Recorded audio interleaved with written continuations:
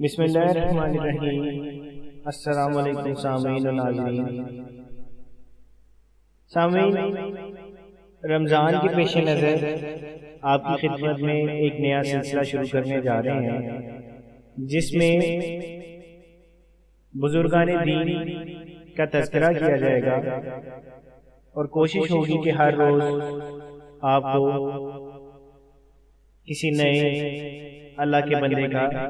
ذکر سنایا جائے۔ اس سلسلے میں شروعات کرنے جا رہے ہیں حضرت ابو بکر صدیق رضی اللہ تعالیٰ عنہ سے۔ صحابہ کرام میں شیخ الاسلام بعد از انبیاء خیر الانام علیہ السلام، خلیفہ و امام تارکین، دنیا کے سردار، صاحبان خلوت کے شہنشاہ، آفات دنیاوی سے پاک اور صاف امیر المؤمنین سیدنا ابو بکر عبداللہ بن عثمان بن ابی قحافہ صدیق اکبر رضی اللہ تعالیٰ عنہ۔ آپ کی کرامتیں اور بزرگیاں مشہور ہیں اور معاملات و حقائق میں آپ کے نشانات و دلائل واضح ہیں۔ تصوف کے سلسلے میں آپ کے کچھ حالات کتابوں میں مذکور ہیں۔ مشائخ طریقت نے ارباب مشاہدہ اور صاحبان علم و عرفان میں آپ کو مقدم رکھا ہے۔ چونکہ آپ کی مرویات بہت کم ہیں، اسی طرح حضرت فاروق اعظم سیدنا عمر بن الخطاب رضی اللہ تعالیٰ عنہ کو ارباب مجاہدہ میں مقدم رکھا ہے، کیونکہ آپ کے معاملات اور حق پر صلابت صحیح روایتوں میں مرقوم اور اہل علم کے درمیان معروف ہیں۔ چنانچہ حضرت صدیق اکبر رضی اللہ تعالیٰ عنہ رات میں تلاوت قرآن کریم نماز میں کرتے تو نرم اور آہستہ آواز میں کرتے، اور حضرت فاروق اعظم رضی اللہ تعالیٰ عنہ نماز پڑھتے تو بلند آواز سے کرتے۔ ایک مرتبہ رسول اللہ صلی اللہ علیہ وآلہ وسلم نے سیدنا ابو بکر صدیق رضی اللہ تعالیٰ عنہ سے دریافت فرمایا کہ تم کس وجہ سے نرم اور آہستہ آواز میں تلاوت کرتے ہو؟ انہوں نے عرض کیا،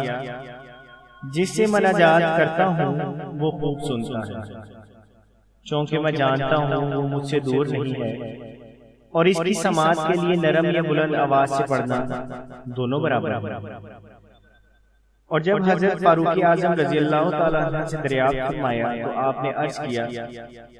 سوتے ہوئے کو جگاتا ہوں اور شیطان کو بھگاتا ہوں،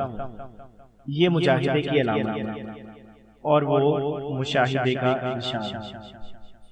مجاہدے کا مقام مشاہدے کے پہلو میں ایسا ہے جیسے قطرہ دریا میں۔ یہ اس لیے ہے کہ حضور اکرم صلی اللہ علیہ وآلہ وسلم نے فرمایا، اے عمر تم ابو بکر کی نیکیوں میں سے ایک نیکی ہو، جبکہ سیدنا فاروق اعظم حضرت عمر رضی اللہ تعالیٰ عنہ جیسے بطل جلیل جن سے اسلام کو عزت و رفعت ملی، حضرت ابو بکر صدیق رضی اللہ تعالیٰ عنہ کی نیکیوں میں سے ایک نیکی ہیں، تو غور کریں کہ سارا جہان کے لوگ کس درجہ میں ہوں گے۔ سیدنا ابو بکر رضی اللہ تعالیٰ عنہ فرماتے ہیں کہ ہمارا گھر فانی ہے، ہمارے احوال عاریہ ہیں، ہمارے سارے سانس گنتی کے ہیں، اور سستی و کاہلی موجود و ظاہر ہے، لہذا فانی گھر کی تعمیر کرنا جہالت، عارضی حال پر اعتماد کرنا نادانی، گنتی کے سانسوں پر دل لگانا غفلت، اور کاہلی کو دین سمجھ لینا سراسر نقصان اور خسارہ ہے۔ اس لیے کہ جو چیز عاریتاً لی جاتی ہے اسے واپس کرنا ہوتا ہے، اور جو چیز واپس لے جانے والی ہوتی ہے وہ باقی نہیں رہتی، اور جو چیز گنتی میں آئے وہ محدود ہوتی ہے، اور سستی و کاہلی کا تو کوئی علاج نہیں۔ اس ارشاد میں آپ نے ہمیں تلقین فرمائی کہ یہ دنیا اور اس کی ہر چیز فنا ہونے والی ہے، اس کے جانے کا اندیشہ نہ کرنا چاہیے اور نہ اس کی خاطر اس سے دل لگانا چاہیے، کیونکہ جب تم فانی سے دل لگاؤ گے تو باقی سے پوشیدہ اور حجاب میں رہ جاؤ گے۔ حالانکہ یہ دنیا اور یہ نفس طالب حق اور اس کے محبوبوں کے لیے حجاب و پردہ ہے،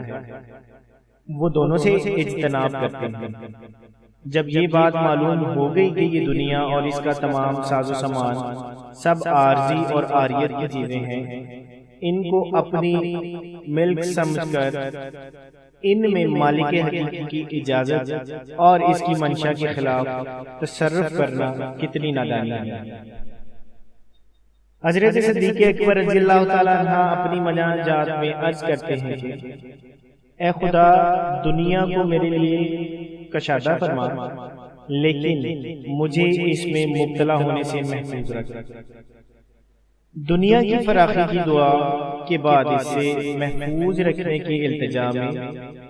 بڑا ایک لطیف اشارہ ہے، اور وہ یہ ہے کہ دنیا دے تاکہ شکر بجا لاؤں، پھر یہ توفیق دے کہ اسے تیری راہ میں اپنے ہاتھ سے خرچ کروں اور اپنا رخ تیری طرف پھیروں، تاکہ شکر اور انفاق فی سبیل اللہ کا درجہ پاؤں اور مقام صبر بھی حاصل کروں، تاکہ فقر میں پریشان نہ ہوں اور فقر پر میرا اختیار ہو۔ اس مفہوم سے اس قول کی تردید بھی ہو جاتی ہے کہ جس نے یہ کہا ہے کہ جس کا فقر اضطراری ہو وہ فقر اختیاری سے زیادہ کامل ہوتا ہے۔ اگر اضطراری ہو تو یہ فقر کی صفت ہے،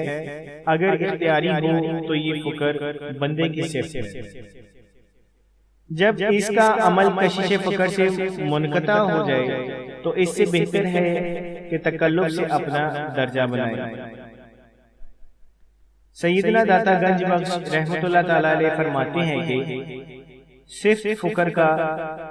اس وقت زیادہ ظہور ہوتا ہے جب کہ تونگری کی حالت میں اس کے دل پر فقر کا ارادہ ہو، پھر وہ ایسا عمل کرے جو اسے ابن آدم کی محبوب چیزوں سے یعنی دنیاوی مال و متاع سے دستکش کر دے، نہ کہ فقر کی حالت میں اس کا دل تونگری کی طرف مائل ہو اور ایسے عمل کا ارتکاب کرے جس کی بنا پر تونگروں، بادشاہوں اور درباریوں کے دروازوں پر جانا پڑے۔ صفت فقر تو یہ ہے کہ انسان تونگری چھوڑ کر فقر اختیار کرے، نہ یہ کہ فقر میں مال و منال اور جاہ و چشم کا طالب ہو۔ سیدنا صدیق اکبر رضی اللہ تعالیٰ عنہ کا رتبہ انبیاء علیہ السلام کے بعد ساری مخلوق سے افضل اور مقدم ہے، اور یہ جائز نہیں ہے کہ کوئی ان سے آگے قدم رکھے اور معنوی اعتبار سے مقدم ہو جائے،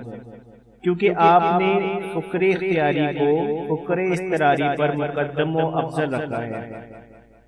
یہی تمام مشائخ طریقت کا مذہب ہے۔ حضرت زہری رضی اللہ تعالیٰ عنہ آپ کے بارے میں فرماتے ہیں کہ جب حضرت صدیق اکبر رضی اللہ تعالیٰ عنہ نے بیعت خلافت لی تو آپ نے منبر پر کھڑے ہو کر خطبہ میں ارشاد فرمایا، خدا کی قسم ایک دن یا ایک رات کے لیے بھی میں عمارت کا خواہاں نہیں ہوا، اور نہ مجھے اس کی رغبت ہے، اور نہ ظاہر و باطن میں خدا سے اس کا سوال کیا ہے، اور میرے لیے عمارت میں راحت ہے، اور نہ میرے لیے عمارت میں راحت ہے۔ اللہ تعالیٰ جب بندے کو کمال صدق پر فائز کرتا ہے اور عزت و منزلت کے مقام پر مطمئن فرماتا ہے تو بندہ صادق منتظر رہتا ہے کہ حق تعالیٰ کی طرف سے کیا حکم ہوتا ہے۔ جیسا بھی اس پر حکم وارد ہوتا ہے وہ اس پر قائم و برقرار رہتا ہے۔ اگر فرمان آئے کہ فقیر ہو جا تو فقیر ہو جاتا ہے، اگر فرمان آئے کہ امیر ہو جا تو امیر ہو جاتا ہے۔ اس میں وہ اپنے تصرف و اختیار کو کام میں نہیں لاتا۔ یہی صورتحال حضرت صدیق اکبر رضی اللہ تعالیٰ عنہ کی تھی۔ آپ نے ابتدا میں ہی ویسی ہی تسلیم و رضا کو اختیار فرمایا جس طرح انتہا میں اختیار فرمایا۔ صوفیہ اکرام نے ترک دنیا اور حرص و منزلت کے چھوڑنے کو فقر پر اور ترک ریاست کی تمنا کو اس لیے پسند کیا کہ دین میں حضرت صدیق اکبر رضی اللہ تعالیٰ عنہ تمام مسلمانوں کے امام عام ہیں اور طریقت میں آپ تمام صوفیہ کے امام خاص۔ جزاک اللہ۔